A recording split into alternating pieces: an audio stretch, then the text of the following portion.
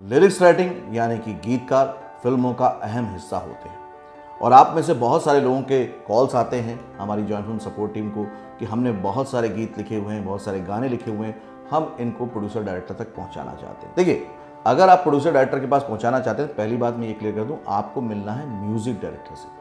Producer director से मिलकर उतना आपका फायदा नहीं होगा, तो आपको अपने किसी म्यूजिक डायरेक्टर को अप्रोच करना है, उनको अपने गाने दिखाने हैं। फिर दूसरी बात यह कि आपको आपके गाने दिखा के बहुत बड़ा बेनिफिट होने वाला नहीं है, क्योंकि ज़्यादातर म्यूजिक डायरेक्टर शुरुआत में खासतौर से जब लिरिक्स राइटर को रखते हैं, किसी नए लिरिक्स राइटर को, गीतकार को लेते हैं, तो उनको धुन देते हैं और उस धुन पर गाना लिखना होता है।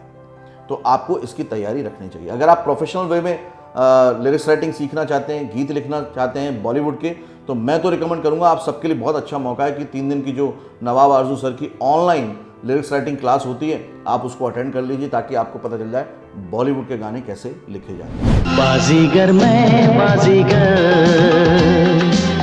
दिल वालों का मैं दिलबर। दिल क्या चीज है जानम, अपनी जान तेरे नाम करता है। जिगर नजर क्या है, मैं तो तेरे लिए जान भी दे दूं। सावली सलोनी तेरी झील सी आंखें,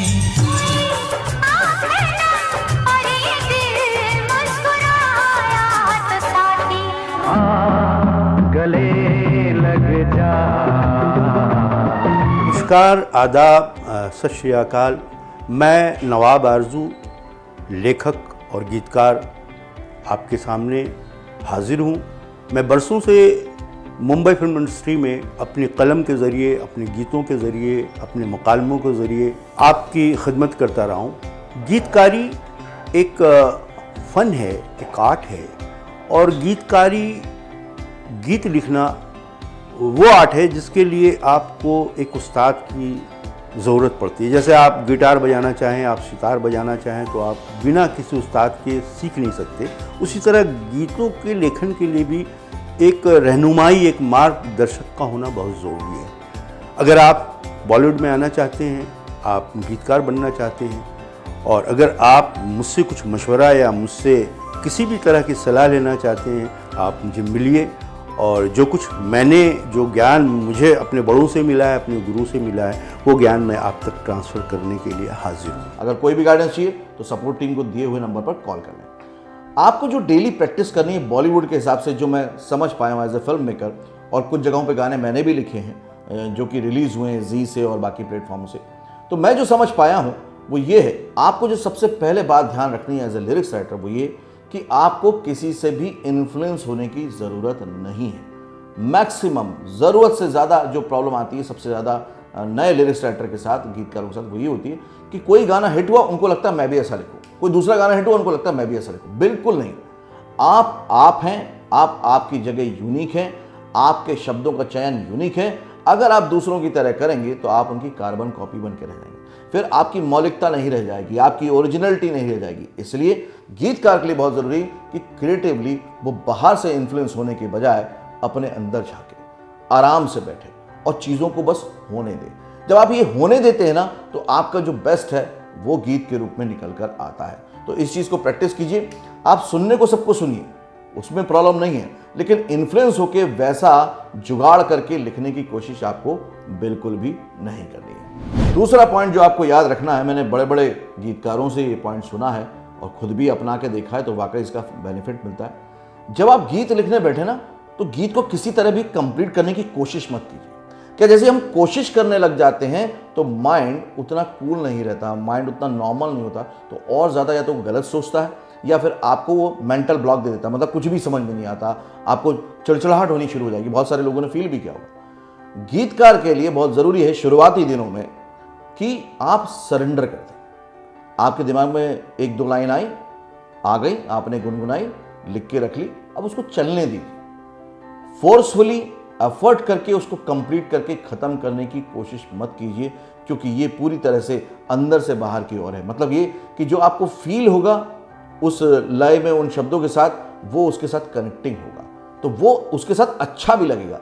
लेकिन अगर हमने ज़बरदस्ती जोड़ने की कोशिश की तो कई बार, माफ़ कीजिए, वो इसी तरह गाने बनेंगे कि क्यों पीते हो इतनी, क्योंकि तू है चिकनी, क्योंकि तू है चिकने ने ये वर्ड जोड़ देने की कोशिश है।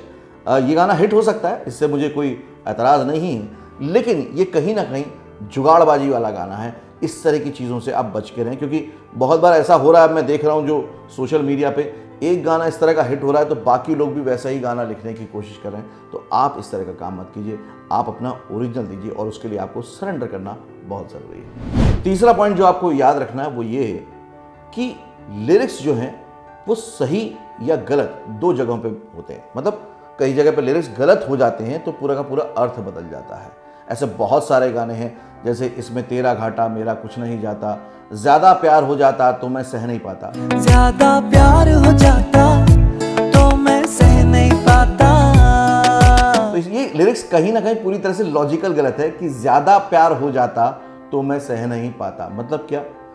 प्यार दोस्तों कभी भी ज़्यादा कम नहीं होता है, प्यार या तो होता है या तो नहीं होता है।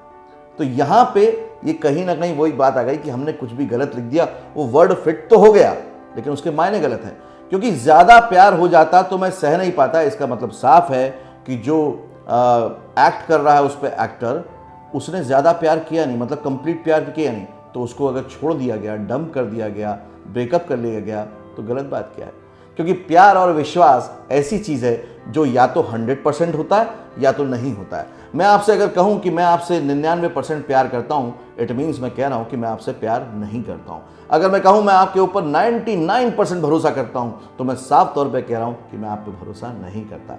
तो इस तरह की अपनी समझ को डेवलप करें ताकि जब भी किसी अच्छे म्यूजिक डायरेक्टर के साथ आपका उठना बैठना हो तो वो समझ पाएँ कि आपके पास शब्दों की कितनी गहराई है, आप सही से लिखना जानते हैं, और तब आपको काम मिलने में कभी भी दिक्कत नहीं आएगी। लेकिन फिर भी अगर बॉलीवुड के एक प्रोफेशनल लिरिक्स राइटर के पैटर्न को समझना चाहते हैं, सीखना चाहते हैं, देखिए सीखने से हमेशा हमारा ही भला होता है। जब हम सीख जाते हैं तो अभी तो मैंने आपको वीडियो में छोटी छोटी बात बताई है और मैं इसका एक्सपर्ट भी नहीं हूँ बहुत ज़्यादा, लेकिन जब आप एक एक्सपर्ट गीतकार से, जिन्होंने बालाजी के सभी सीरियल्स के ट्रैक जो आप देखते हैं, क्योंकि सास भी कभी बहू है और अभी भी नागिन के बहुत सारे गाने वो लिख रहे हैं, इतने सारे गाने लिखे, बाजीगर के गाने लिखे, उनसे आपको सीखने का मौका मिल रहा है, वो भी घर बैठे बैठे अपने मोबाइल के थ्रू। तो बिल्कुल भी देर मत कीजिए ताकि आपकी जो अभी तक की लेखनी की जो नॉलेज है वो और एक प्रोफेशनल एक्सपर्ट का दोनों का जब मिलान होगा तो वाकई कमाल होगा। आप जरूर बताइएगा ये वीडियो कैसा लगा। अगले वीडियो में फिर से मिलेंगे, तब तक के लिए देखते रहिए, सीखते रहिए, जमे रहिए। All the very best.